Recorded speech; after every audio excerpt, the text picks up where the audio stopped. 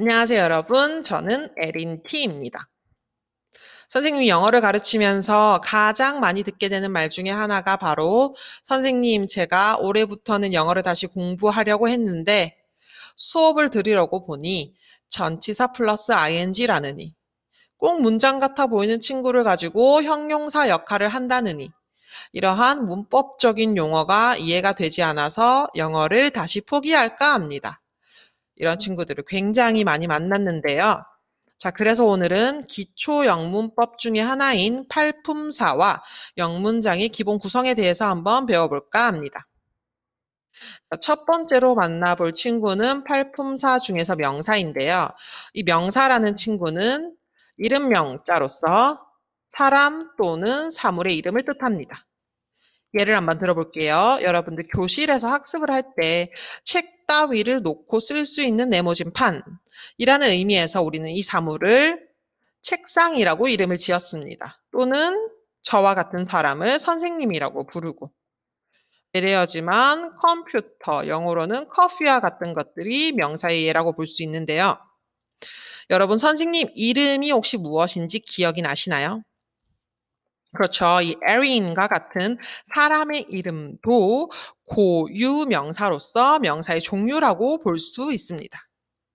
자, 그런데 이때 여러분과 제가 지금 에린에 대해서 한번 언급을 하였고 이 말인즉슨 너와 내가 알고 있는 명사는 일치하다라는 것을 합의를 본 경우에는 같은 단어를 계속 반복해서 쓰는 대신 she, her, it과 같은 명사로 대신해서 쓰게 되는데 우리는 이 친구를 앞선 명사를 대신 또는 대표한다라고 해서 대명사라고 부르고 두 번째 품사가 되겠습니다.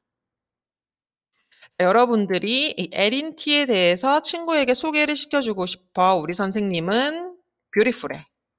이렇게 beautiful과 같이 사람 또는 사물을 형용해 줄 때 쓰는 단어가 바로 형용사이며 형용사는 명사를 꾸며줍니다. 세 가지 품사에 대해서 배웠고 계속 가볼게요. 한글로 뛰다, 걷다, 영어로도 go, love, run, walk와 같이 무엇 하다라는 의미로 해석되는 움직임, 행동, 행위와 같은 단어들을 우리는 움직일 동자를 써서 동사라고 부릅니다. Officially missing you, killing me softly 이런 노래를 들어보신 적이 있을 건데 해당 문장에서 동사를 각각 찾아보세요. 그렇죠. missing you의 miss, killing me의 kill이 무엇 하다라고 끝나는 동사입니다. 자, 그런데 이때 첫 번째 문장을 보신다면은 I'm missing you. 내가 너를 그리워하는데 그냥 그리워하는 것이 아니라 officially. 공식적으로, 즉 그렇게나 몹시 매우 너를 그리워해 라고 말하고 싶을 때 혹은 아래 문장처럼 his song 가지고 killing me 하는데 대신 softly 하게 해줘. 이렇게 추가 정보를 제시해주고 싶을 때 쓸 수 있는 단어가 부가 또는 부수적인 단어다라고 해서 우리는 이것을 부사라고 부르게 됩니다. 부사는 동사의 추가 정보를 제시합니다. 두 가지 품사 더 배웠습니다. 자, 그런데 이때 이 부사라는 것은 동사에 덧붙여질 뿐만 아니라 형용사에도 붙어질 수 있는데 예를 한번 들어볼게요. 자, 우리 선생님은 아름다운데 그게 굉장해. 이 very라는 부사를 추가해주고 싶을 때. 자, 여기서 이 very라는 것은 에린을 수식해주는 건 아닐 거 아니야. 매우 에린. 이상하잖아. 자, 그렇죠. very beautiful 이라고 해서 여기서 부사는 형용사에 더해지는 것이죠. 자, 계속해서 가보겠습니다. Surprisingly, I met you, 블라블라블라 라는 문장이 나왔습니다. 이러한 문장의 꼴을 많이 보신 적이 있을 텐데 여기서 surprising 하다라는 것은 내가, 너를 혹은 만났다라는 각각의 것이 아니라 내가 다름 아닌 너를 어떻게 만났다라는 이 문장 전체가 놀라움을 주는 것일 겁니다. 즉, 부사는 문장 맨 앞에서 문장 전체를 꾸며주기도 합니다. 자, 마지막으로 부사는 부사를 꾸며주기도 합니다. 예를 들어 볼게요. 매우 힘들게 공부하고 있어요. 여기서 매우 힘들게. 부사가 부사를. 자, 이해되셨죠? 한 번만 더 다시 해볼게요. 부사라는 것은 동사의 추가 정보를 제시해 줄 뿐만 아니라 형용사, 문장 전체, 그리고 부사도 꾸며줄 수 있다. 단, 명사는 아니야. 왜? 형용사가 꾸며주니까. 자, 이해되셨죠? 자, 지금까지 5가지 품사에 대해서 배웠는데 나머지 3가지는 우리 문장의 기본 구성 배우면서 함께 알아가 보도록 하겠습니다.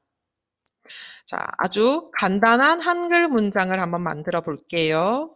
나는 너를 만나다. 자, 여기서 우리는 이 만나다라는 행위, 즉 동사에 집중할 필요가 있는데 모든 문장이라는 것은 어떠한 행위를 했냐라는 사실을 전달하기 위해서 만들어졌기 때문에 우리는 이 동사를 중심에 놓고 볼 필요가 있을 것입니다. 자, 그렇게 봤을 때 이 나는 이라는 것은 동사의 주체가 되는 단어다. 즉 주인어라고 해서 우리는 이것을 주어라고 부르게 됩니다. 이 주어가 만나는 이 행위라는 것은 최종 목적지를 항상 필요로 하는데 이때 최종 목적지가 바로 너를에 해당하며 우리는 이것을 목적어라고 부르게 됩니다. 자, 그런데 이때 한글은 만나다라는 동사 앞에 주어와 목적어가 바로 오게 되는데 우리나라 말은 공동체 문화니까 나와 너가 함께 붙어 있다. 이렇게 이해하시면 될 것 같습니다. 자, 해당 문장을 영어로 한번 적어 보겠습니다. I meet you. 근데 우리나라랑 다르게 영어는 I와 meet이 붙어 있죠. 즉, 서양에서는 내가 어떠한 행위를 했는가가 더 중요하기 때문에 I라는 주어 다음에는 바로 동사를 쓰게 된다는 것 잊지 말아주세요. 자, 그런데 이때 I라는 것은 문장의 구성 요소로 봤을 때는 주인어지만 품사로 보았을 때는 나라는 의미를 가진 명사이기도 하죠. mit은 그대로 동사, you와 같은 것도 너를 이라는 목적어이기도 하지만 너라는 의미에서 봤을 때는 품사로 따지면 명사. 즉 I와 U는 주어와 목적어임과 동시에 각각 명사이기도 하다. 굉장히 쉬워 보이지만 추후에 다른 문법적인 요소들을 배울 때 헷갈릴 수도 있으니까 조금 더 집중해서 한번 학습해 보도록 합시다.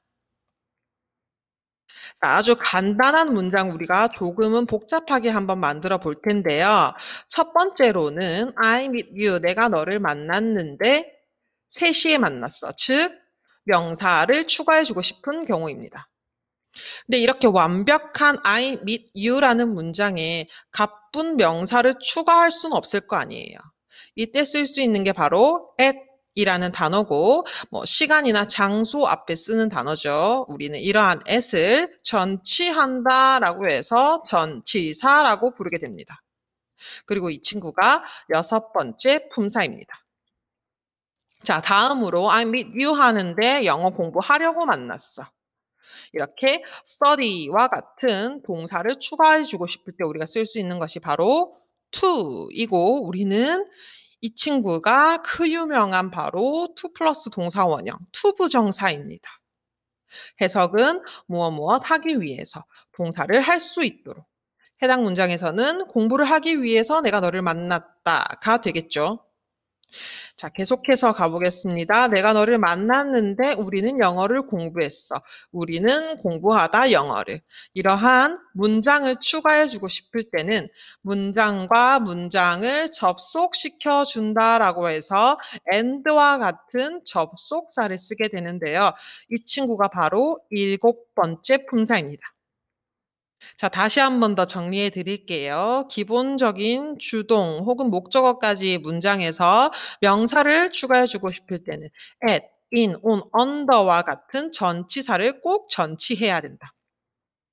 동사를 추가하기 위해서는 to를 써서 to 부정사. 문장과 문장을 접속시켜 주기 위해서는 and, or, but소와 같은 접속사를. 자, 여기까지가 오늘 배운 단어 내용입니다. 자, 다시 한 번 더 정리해 드릴게요. 사람 또는 사물의 이름을 명사로 혹은 대명사라고, 꾸며주는 단어를 형용사, 움직이는 행위를 동사, 부가 정보를 부사, 명사를 추가해 주고 싶을 때는 전치사, 문장을 추가해 주고 싶을 때는 접속사. 문장의 기본 구성은 주어, 동사, 목적어. 그리고 I와 U는 각각 명사이기도 하다. 이것은 선생님이라는 에린이라는 사람은 이름은 에린이지만 엄마의 딸이기도 하고, 학교에서는 선생님이기도 하고, 여러 가지 이름을 가지고 있듯이 아이도 똑같이 주어라는 이름도 가지고 있고 명사라는 이름도 가지고 있다. 이렇게 이해하시면 될 것 같습니다.